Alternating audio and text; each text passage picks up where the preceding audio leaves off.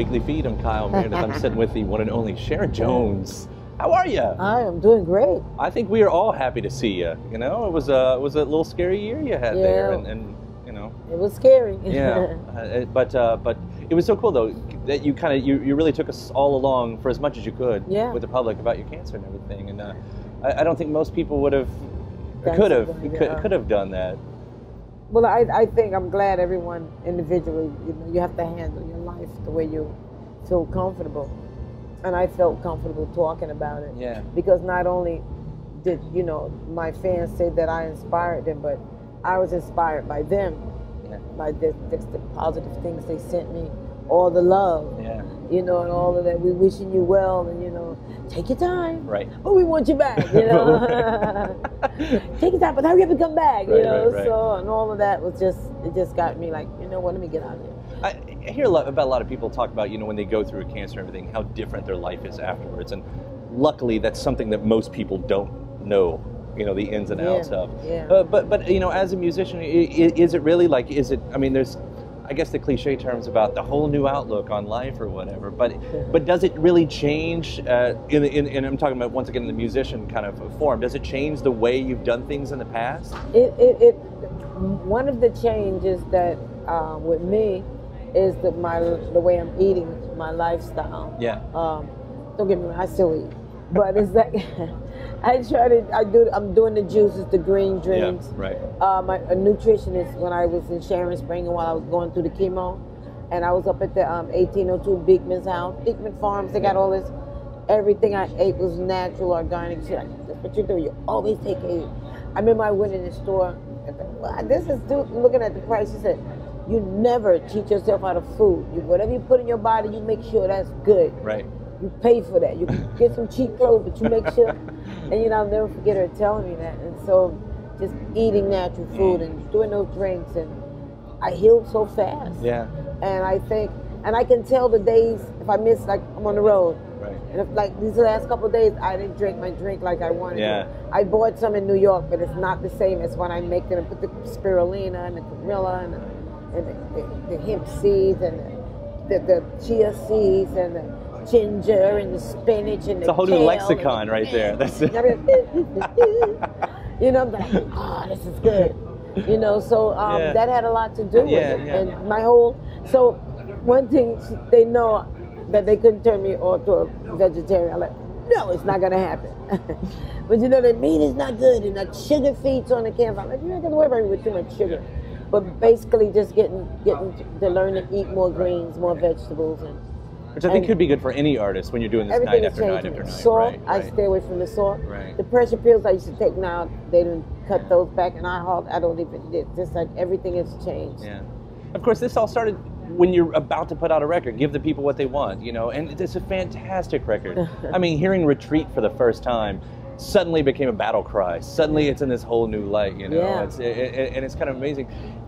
Has it gotten to a point yet where you're, like, you kind of become a bit of a spokesperson for a second about what you went through, but you get to the point of like, hey, I got a record. Yeah. And I wanted to talk about that. We got to talk about that. Well, no, right now I'm in long as I'm looking like this and I'm inspiring someone. Yeah. I'll probably talk about this the rest of my life. Yeah. When I be old, like, well, back in that time, back then when I had that cancer. We'll be like, Sharon, we have heard that story. But I'm gonna tell it again.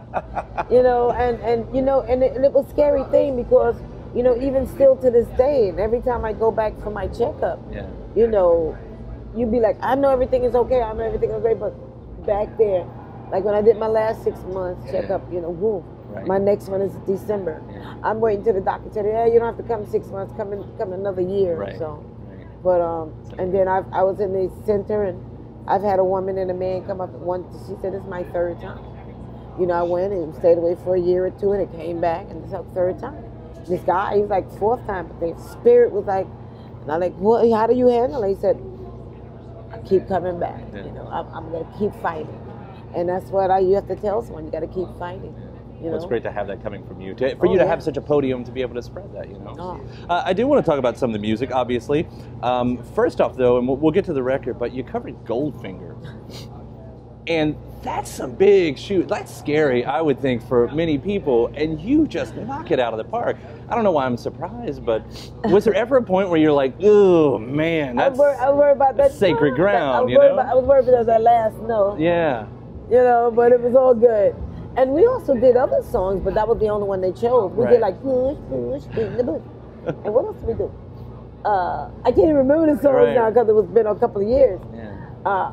But we did like about 5 or 6 songs there too, but they chose Goldfish. Yeah, that's a hell of a version. That was pretty good too. That's a hell of a version. It was great. And then that night we wore gold, the gold dress I had on, and the guys was dressed in the gold suits and stuff, you know, jackets, like tuxedo jackets. Be part of that tradition in a way too. Yeah, like now you're suddenly part of that tradition. Yeah, yeah. So we was playing the wedding bands from like in the 90s in there, so it was pretty good. Yeah, that's not bad at all. Yeah. So we're about, I'd say, 10 years since the new version of soul started hitting the mainstream. You've been doing it for much longer than that. Yeah, that's what I'm saying. And that's what I think 10 years people just been noticing. No, this is where it started hitting again in the pop, in the mainstream stuff. And that's what I want to get to. Was it ever a point, now that you look back and you turn on any singing reality show and every girl thinks she's a soul singer and everybody's doing their own version of what you've really been sweating and grinding at for so long, it just makes you so angry. You know, sometimes, and then what they're doing is not even so. Right. Well, that's what I want to. That's what I want to. It's like pop, give the pop what it is, I think the closest thing I've heard to a nice, good soul grooving when I saw Bruno Mars at the awards. Yeah. Is it there? It's cute. He got a strong potential of soul singing. He had a good thing. Yeah. He had me, go on. But he's a performer, he's a performer. That's what I'm talking about. Yeah. That energy, that oomph. Right. Yeah, I think Bruno Mars, I said, he got some oomph. But, I mean, I look at him and I think, how are you going to find soul when you're 20 years old?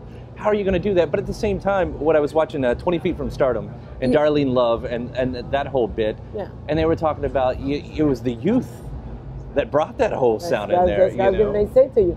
Because I got mine when I was in church, and that's what we're missing nowadays. Yeah. The church music, even the church music is changing. Yeah. But you still can go in church and you can get somebody and get them and hit a note, you be like, whoa, that you would never hear on one of these pop songs. And they're all trying to bypass it. Right, of course. Yeah, they're all because the major labels, if they can't get their hand on it, they don't know how to handle it. Yeah. And see, with us being independent here, we started this a long time ago. We hung in there. And I told Dap Kings and Gabe, at Dap Tone Records, thank God we stood. We didn't change.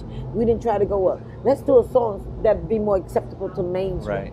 I mean, as our albums come along, their music is changing. I mean, like this here, give the people what they want. Have a whole lot of different sounds. Yeah, it does. Because a lot of they give me that Tina Turner, like when she did that rock. I never could do that rock. Right. When she wanted to sing rock and roll. And some of that have that feel to me. So that's might move more, a little bit more into the early 70s. Right. But they still trying to keep it in there. And as the years, we got different people write. The drummer writer, the saxophone player write. Even the conga player wrote a song. You kind of interpret, right? You interpret. Yeah. I mean, that's that's what you bring to it, right. I have to. And I have to make them realize sometimes, too, you're right, this stuff. You're producing and all this kind of stuff. You can't produce me. Yeah, right. You writing soul like, are you a soul singer? Yeah. Then I'm not going to tell you how to play those congos. How dare you tell me how to sing soul? Yeah. And it's worked. So you got a hard-working band though. No, I was just seeing they do these after gig, like you all put blood, sweat, and tears up on that stage, and then they come over and they do DJ sets on top of that. Yeah, they're crazy. Yeah, but those guys love the music, and I think that's what keeping us together. That's why we who we are. Right. Just from that and being together, people don't realize we've been together. Some of us 16 years, some of us 17.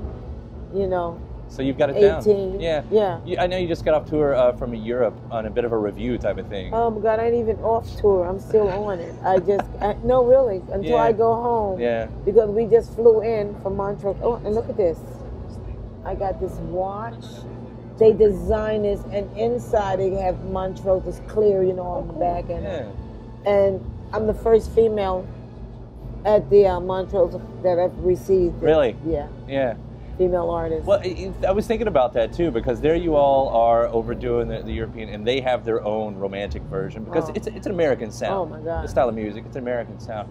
And that's what I started thinking. It's like, you go over there, does it become pride, like this is who we are? Does it become education, like this is what it really is? Because they also got their own version of what they're trying to do with it over there. When I come over there, that's the respect I get. Yeah. This is the real soul. Yeah.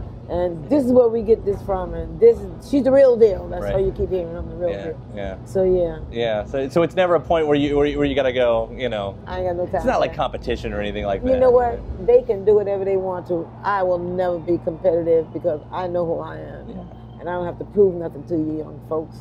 You know, don't ever get on stage and try to out-sing me, because I'll just step back and let you go ahead on. Right. You know, I'm not gonna try to be like, get at me. You know, and it's like, you know, I just have to be myself. And you know, one of the stories I told coming up, you know, being inspired by singers, and then when I met them for the first time, it was such a letdown to me because they were so mean, you know. And I made a vow to myself, I would never ever do that to a fan or someone that's coming up to me and say, oh, I do your song, or they singing my song. They've sent me like, you see versions of people singing my song. I'm like, oh, that's good, baby. You know, keep it up. Keep good it up. Work. You'll get there. You know, I love that. You know, so yeah. Well, you have made a fantastic record to give the people what they want, and I can't wait to hear it. I know you guys are going to keep doing this. Yeah, we're going to do it. You know, another couple of years, I'm sure we'll hear another one. So. Yeah, because tonight, I mean, it's like a short set, so we probably get to do all the songs basically from the album. Sharon Jones, it is so great to meet you. Thank you. Thank you so much for stopping by. All right. See you next time. Okay.